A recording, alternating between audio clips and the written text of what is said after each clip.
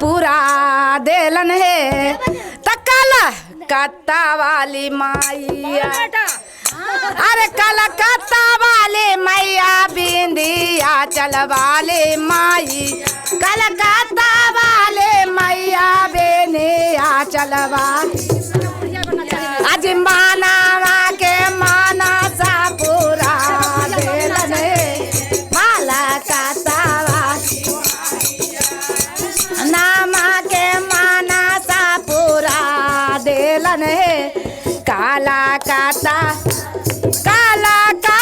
वाले मैया राजा रप्पा वाले माई, कलकत्ता वाले मैया राजा रप्पा।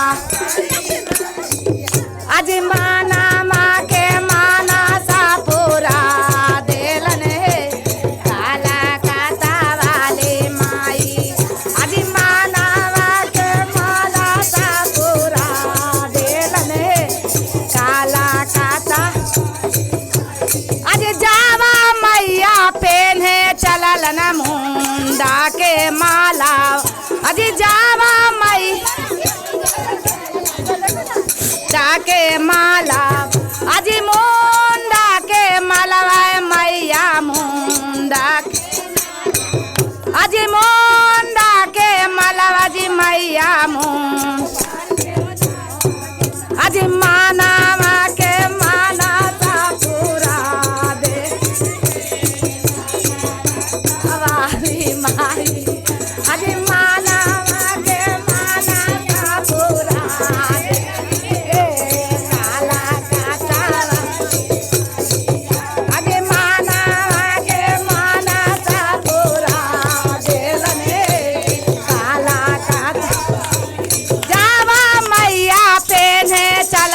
लाला का चुनारी।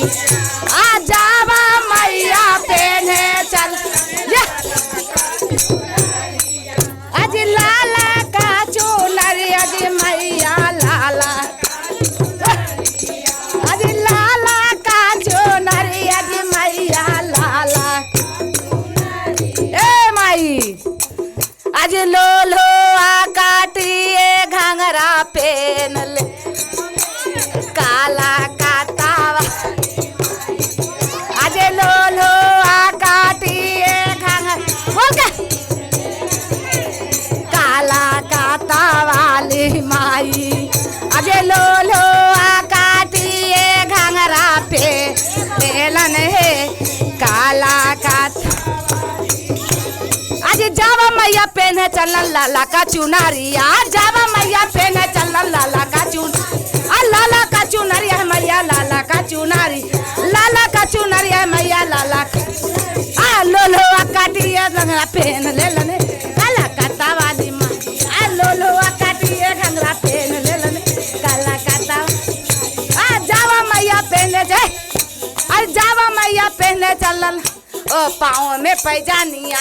जावा मैया पहने चलन पाँव में पैजनिया मैया पाँव में पैजा पाँव में पैजनिया मैया ए माई से रोधन करन के हे माई दर्शन दे दा। जावा मैया पहने चलन पाँव में। जावा मैया पहने चलन पाँव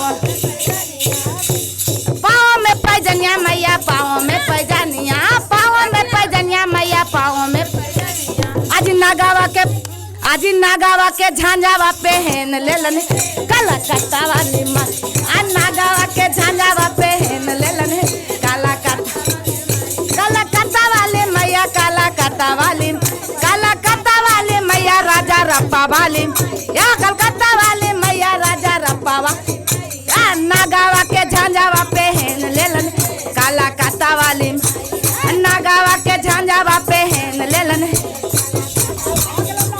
मानामा के माना सा पूरा देलन है काला कत्ता वाली। या मानामा के माना सा पूरा देलन है। बोलो आदि शक्ति माँ।